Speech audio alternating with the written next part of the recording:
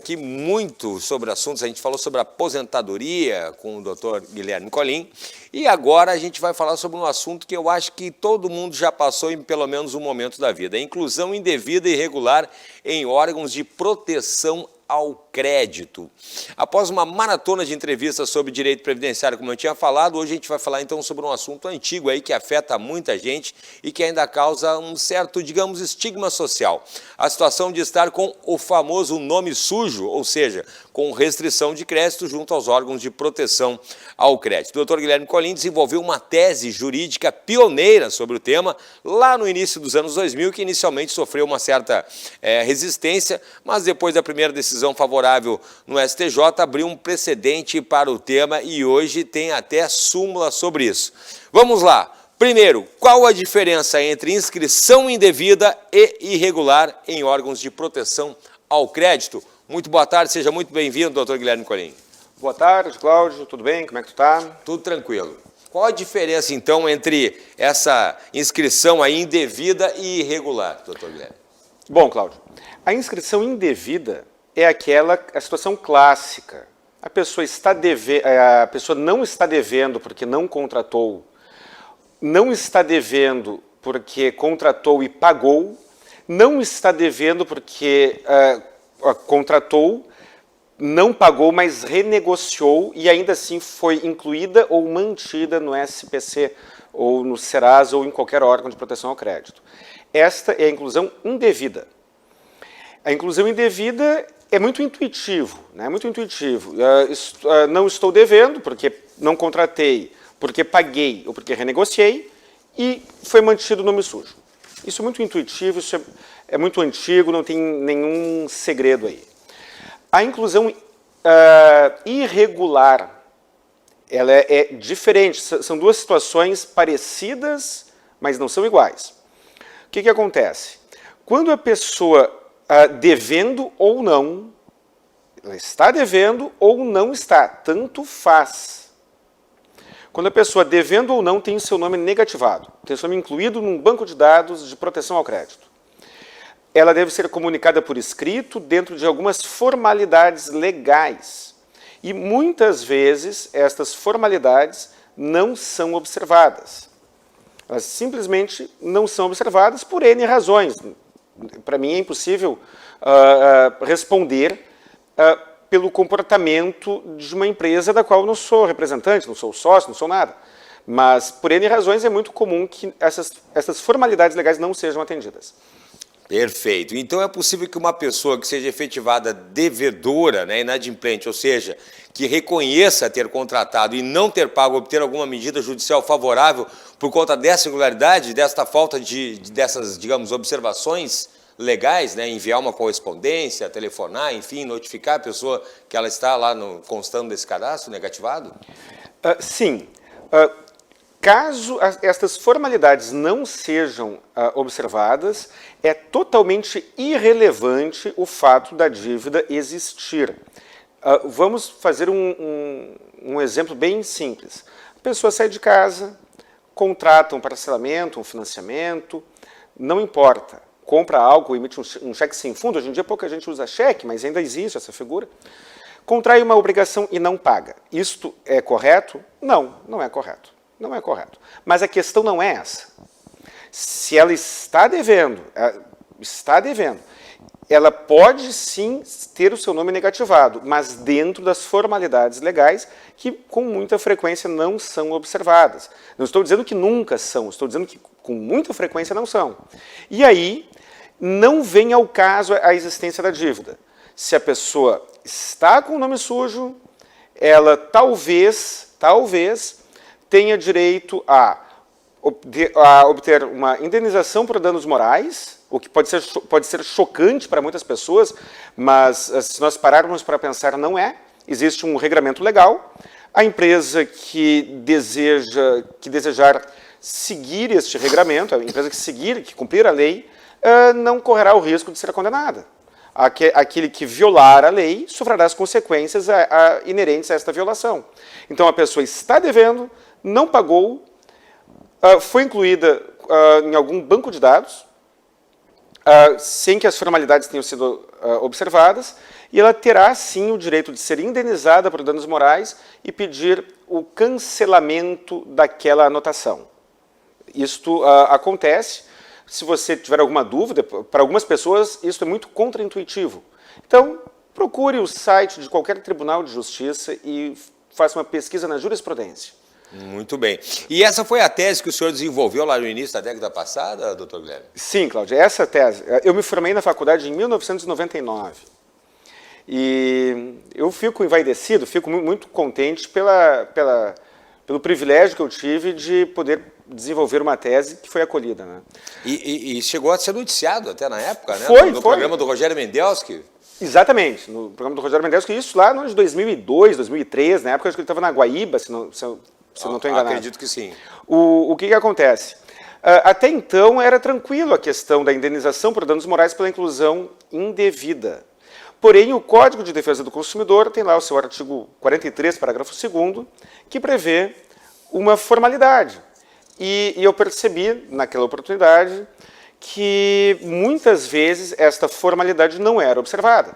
Então, eu entrei com várias ações e perdi todas. Recorri para o Tribunal de Justiça e perdi todas as ações. Mas que coisa! Todas as apelações. Recorri para o STJ e um belo dia fui agraciado com uma decisão, com o acolhimento de uma tese, né, uma decisão que acolheu uma tese até então pioneira. Né? Mas nem os colegas acreditavam muito, doutor Guilherme? Os meus colegas de faculdade davam gargalhada. E os do escritório também. Né? Aí, como eu sou um pouco teimoso... Não desistiu. Eu acho que a resistência que eu recebi até me ajudou. Né? Sim. Aí deu mais força para continuar mesmo. Me deu mais força. Tá bom. E essa ação, doutor Guilherme, é ajuizada contra o credor ou contra o órgão de proteção ao crédito? Hoje a jurisprudência é pacífica. A ação é a competência, a legitimidade passiva, ou seja, Sim. A pessoa que deverá ser demandada é o órgão de proteção ao crédito, é a empresa que armazena as informações. Então, a inclusão indevida, deverá ser movida contra a empresa. A pessoa foi lá, comprou na casa X, no banco tal, contratou, não pagou para o banco tal, ele é devedor, e renegociou a dívida, ou não contratou, não importa.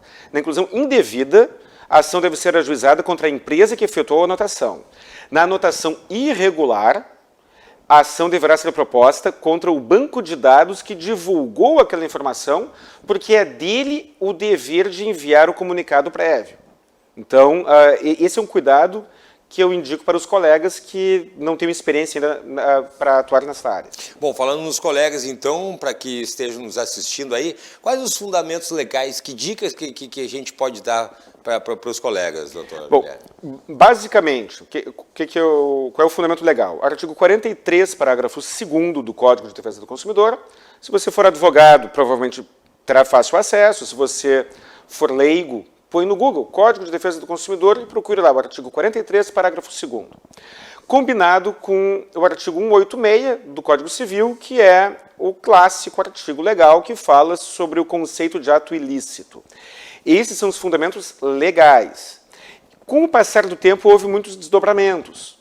A jurisprudência passou a criar alguns requisitos e alguns enunciados que são ferramentas para o advogado. Um deles é o recurso especial 1061134, do Rio Grande do Sul, inclusive. É uma decisão do STJ que tem efeito vinculante, onde o STJ expressamente diz que o órgão de proteção ao crédito tem legitimidade para responder por tais demandas, por tais ações, e deverá ser cancelado o registro negativo feito sem a prévia comunicação, e deverá ser reconhecido dano moral nestas hipóteses também. Cuidado. Agora estou falando para você, advogado. Cuidado. Súmula 385 do STJ. Anote no papel ou procure no Google. Súmula 385 do STJ. Ela diz que não será reconhecido dano moral quando pré-existente anotação regular, anotação restritiva, né, a restrição regular de crédito, assegurado o direito ao cancelamento. Porém, é importante que os advogados observem um detalhe. São dois os requisitos. deve ser feito deve haver uma anotação que seja ao mesmo tempo pré-existente e regular. Com isso, o que acontece? Se você, advogado, for ajuizar uma ação e no informativo que o seu cliente tiver obtido, tiver mais de uma anotação mais uma anotação negativa, seja indevida ou não, é muito importante verificar a regularidade da mais antiga. Caso a pessoa tenha duas anotações negativas, a mais antiga, portanto, ela será pré-existente à segunda, a primeira será pré-existente à segunda, por óbvio. A mais antiga, caso irregular, poderá afastar a restrição da súmula 385. Caso a anotação irregular seja a mais recente, as chances de obter uma indenização será menor, porém a própria súmula 385 diz que será assegurado o direito ao cancelamento daquela anotação. Perfeito. Bom, a advocacia a gente sabe que é um exercício de estratégia, né? Então não basta jogar lá o artigo legal no processo. Pelo menos é a impressão que eu tenho. Bom, do ponto de vista estratégico, doutor Guilherme, quando a pessoa vai para o SPC por uma dívida que não existe ou que já foi paga, é melhor processar a empresa que efetuou a negativação ou o órgão de proteção ao crédito? É possível processar as duas empresas, porque os requisitos são diferentes. Agora, a pessoa verificou que foi anotada indevidamente por uma dívida que já foi paga, uma dívida que não foi contratada ou uma dívida que foi renegociada. A anotação é indevida, a ação deverá ser ajuizada contra a empresa que efetuou a anotação. Porém, também será possível, dependendo do caso, ajuizar a ação contra o órgão de proteção ao crédito. Não pela anotação ser indevida, o fundamento será a irregularidade.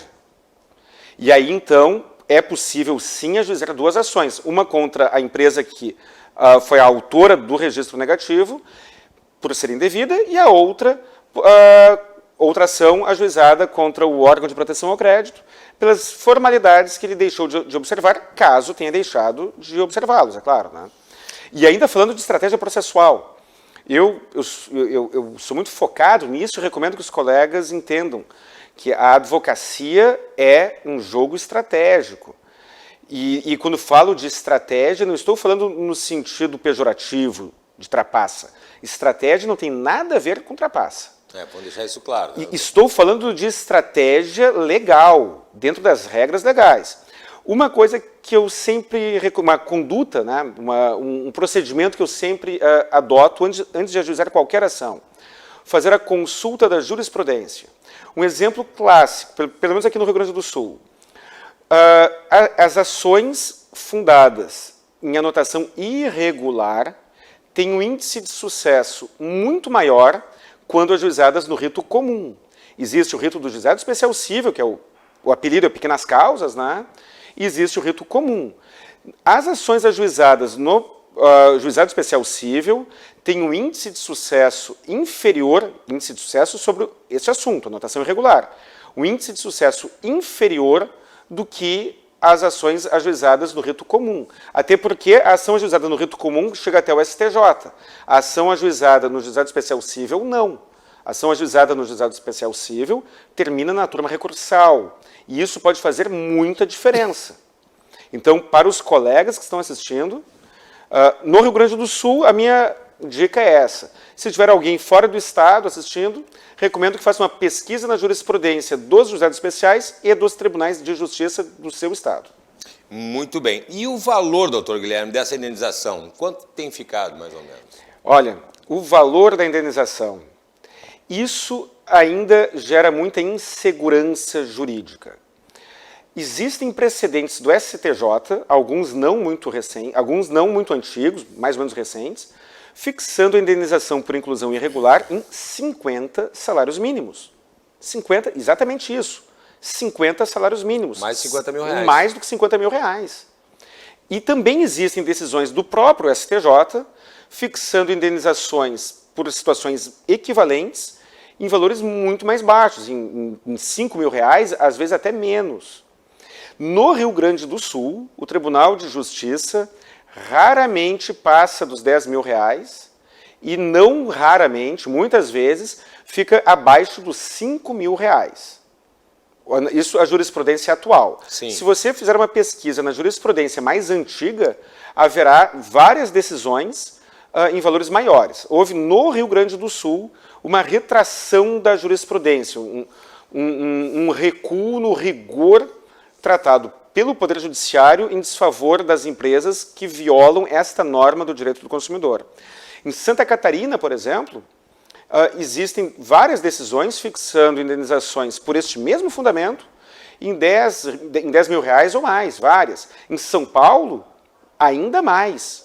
Mas, infelizmente, no Rio Grande do Sul, os critérios são inferiores à média nacional, de acordo com a minha percepção. E no STJ tem precedentes muito elevados e precedentes que, ao meu ver, são demasiadamente módicos.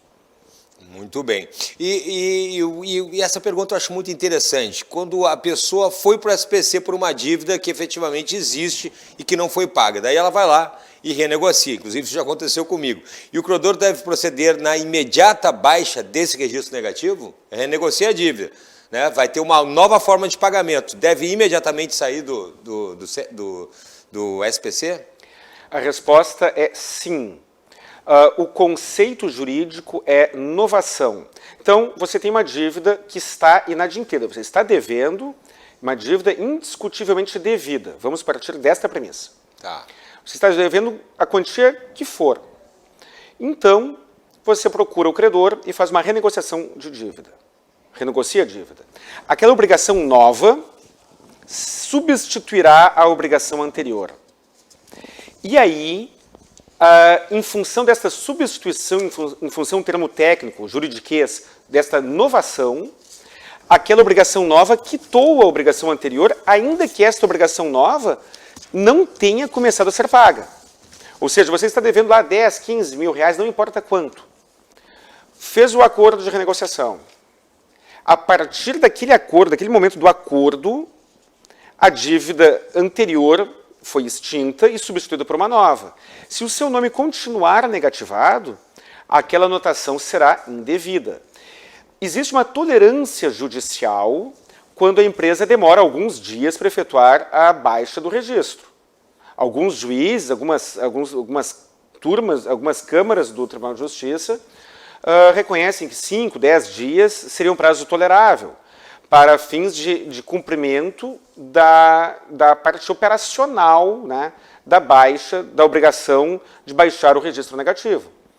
Porém, muitas vezes, a empresa mantém a pessoa negativada no SPC e, às vezes, ainda, quando questionada, responde que a anotação será mantida até quitada a renegociação. Quando isso acontece, se está diante de uma situação de anotação indevida, de manutenção indevida no órgão de proteção ao crédito. E a jurisprudência é muito firme em reconhecer o direito à reparação por danos morais nestas situações. Mesmo que o consumidor venha deixar de pagar as parcelas? Mesmo. Pelo seguinte, você tem uma dívida. Aí é feita a renegociação. No intervalo entre aquela renegociação e o vencimento da primeira parcela, a dívida não está, a dívida nova, a obrigação que foi novada, não foi inadimplida ainda. Ela deixou, não houve descumprimento ainda. Então, naquele período, a anotação é indevida. E um detalhe, o nome limpo não serve apenas para obter dinheiro emprestado. Em tese é possível. A pessoa, o devedor deseja renegociar a dívida para, então, limpar o nome, para obter um dinheiro emprestado e pagar as parcelas. É uma hipótese, mas esta é uma dentre várias hipóteses.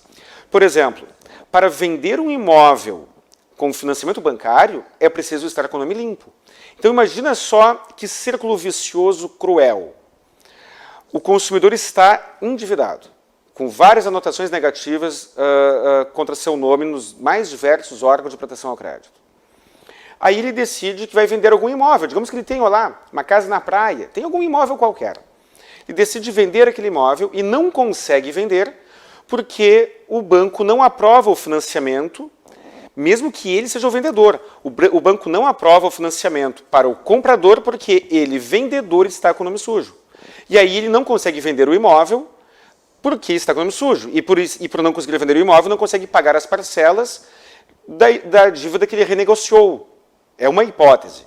Outra hipótese, algumas empresas, para conceder o emprego para a pessoa, exigem nome limpo. Então, a pessoa está endividada, está com o nome sujo, foi chamada numa entrevista de emprego de um banco, motorista de caminhão. As seguradoras não fazem seguro da carga se o motorista, não estou falando do dono da empresa, esse também, mas se o motorista estiver com o nome sujo. Então, a pessoa está impedida de trabalhar porque está com uma restrição de crédito. Então, são várias hipóteses. Aí, o devedor renegocia a dívida, precisa do nome limpo para obter o dinheiro para pagar aquela dívida. O credor não cancela, não baixa o registro, sabotando, entre aspas, que ele consiga pagar a dívida em favor do próprio credor. Então, é um círculo vicioso cruel que não é tolerado pelo Poder Judiciário. A jurisprudência é muito favorável aos consumidores quando detectada esta situação. Muito bem. Doutor Guilherme Colin, quem teve dúvidas e quiser saber mais detalhes, como é que faz para contactar o senhor? Quem teve dúvidas, colegas, advogados, consumidores em geral, qualquer pessoa. Sempre um prazer difundir informações. Meu telefone fixo, 51 32 28 12 19. Meu telefone celular, 51 99985 7991. Facebook e Instagram, CRJ Advogados, bem fácil de encontrar. E também tem meu canal no YouTube chamado Saiba Direito, onde carregarei este vídeo e tem outros vídeos sobre temas diversos lá, dicas jurídicas diversas. Muito bem, sempre um prazer conversar com o senhor, doutor Guilherme, viu? Obrigado pela participação. Lembrando que a entrevista completa com o doutor Guilherme fica também lá nas nossas redes sociais. Obrigado, doutor Guilherme. Ótima tarde, bom trabalho. Muito obrigado. Até a próxima semana.